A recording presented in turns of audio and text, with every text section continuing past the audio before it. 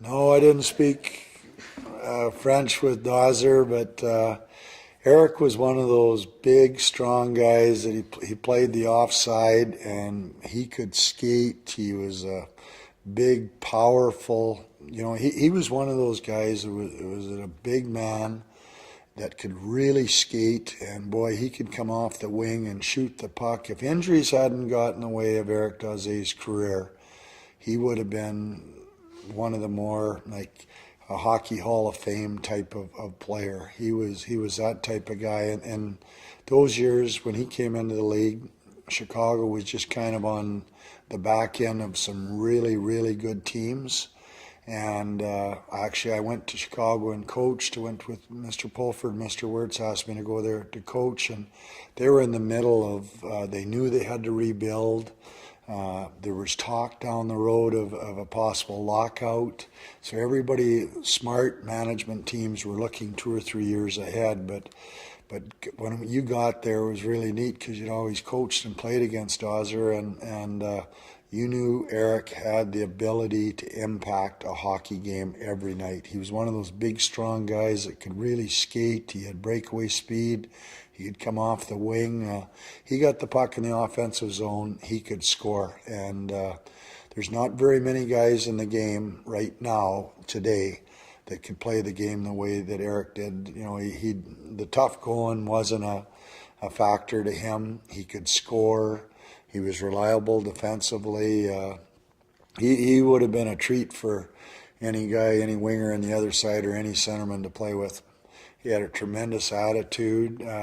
Dawser wasn't, though, one of the a guy that to jump up in the room and express his opinion. He was quiet and kind of easygoing, but you love to see you love to see the big smile on his face when you said something, and you put your hand on his shoulder on the bench, and he liked everybody likes attention, but positive feedback, and he wasn't a guy you had to say a lot to, but hey, he knew I was in his corner all the time, and to me, he was a very, very special player, and he was at a time in his career, like we were saying before, that Chicago didn't have. We weren't a top end team. When I went there the prior year, they were at the bottom end of the NHL, and the next year we took them into the playoffs. And he had a great centerman like Alex Zamnov, and we surrounded him with some better players. So his better years statistically were those years that we had together, and unfortunately injuries got in the way of what happened after that.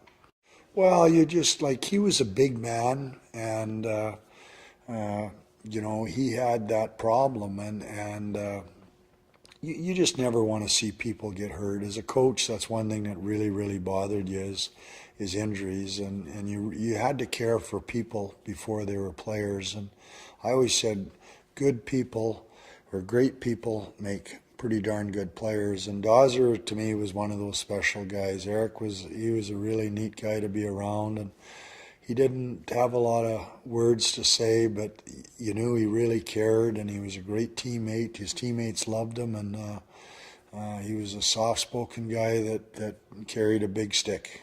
Well, I wasn't there when he did that, but that was after I left Chicago. But that's a tough decision for everybody, and injuries are a factor that come with sports. And it's not something some people like to see, and some of them are career ending. And in this case, who knows how long Eric could have went, because he was a great, great player. He was a guy that in today's game would score you 40 to 50 goals all the time. He was a power forward that other teams did not like playing against him. And, when he came from behind and went down the boards and took it to the net, or he got over the blue line, he was a threat to score. I honestly believe that Eric could score every time he got inside the blue line and he got the puck. And finding the proper people to play with them. We had a very young team in those days in Chicago, and so he didn't play with maybe the premier centers or premier wingers or the top scoring, top puck moving defensemen, but we had some darn good young players, and it's too bad. Like Dawser was just he turned pro, like we're saying, after they had the good teams, and he left the game before those young players we drafted when he was there became tremendous players in the National Hockey League. When Dazé got the puck, there wasn't a moment in the game that I didn't think something good was going to happen. He was going to create something offensively, and he had the ability. He could get rid of the puck quick. He had a powerful shot, and remember when you pulled a goalie or you played 4-on-4, and guys like him were important factors in the game, and you're hoping, and the smart players in your team knew that he should get the puck. And like Denny Savard was an influential guy with him, and Savvy was an assistant coach then, and Éric was a special player for us, and he was a solid person. You always wished him well. You always knew he could make a difference, and those guys are special people.